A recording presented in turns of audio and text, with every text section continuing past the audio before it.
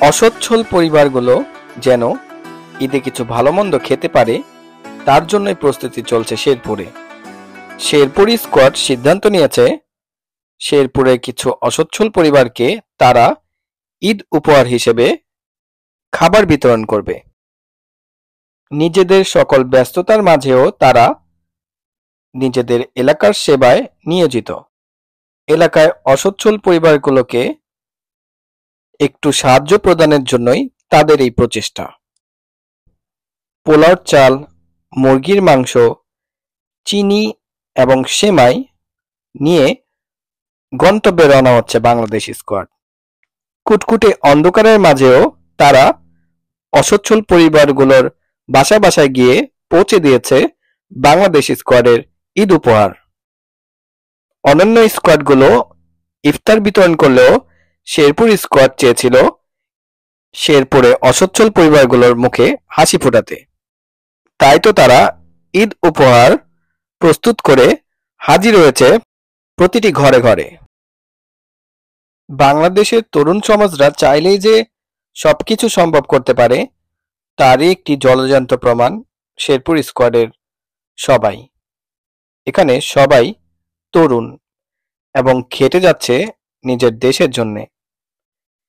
এই ছাত্র সমাজ যদি এগিয়ে আসে তাহলে বাংলাদেশের সকল কিছুই পরিবর্তন করা সম্ভব।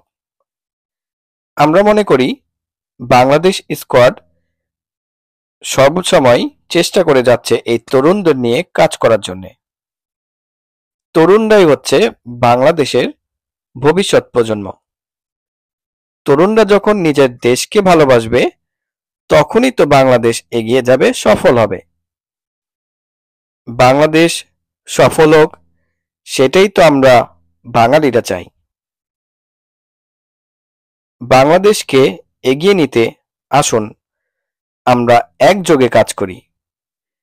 যে যেখান থেকেই পারুক নিজের দেশের জন্য একটু হলেও চেষ্টা করুক। এটা আমাদের নৈতিক দায়িত্ব।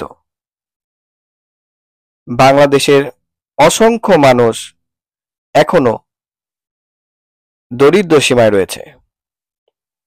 তাদের জন্য কিছু করা আমাদের দায়িত্ব।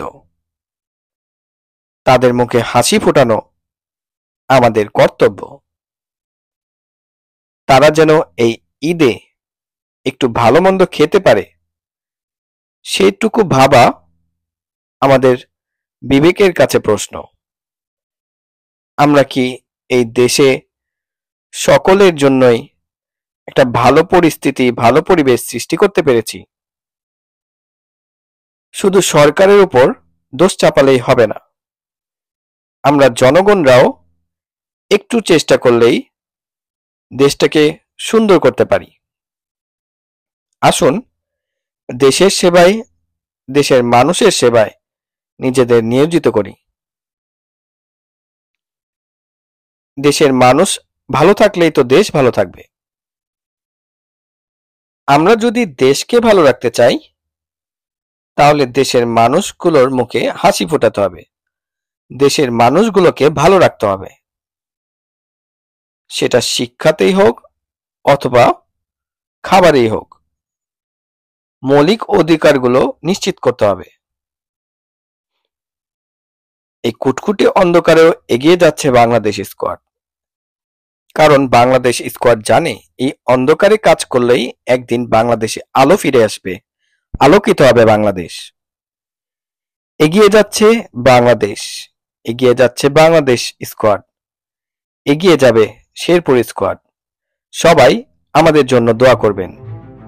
আজ এই পর্যন্তই। আল্লাহ হাফেজ।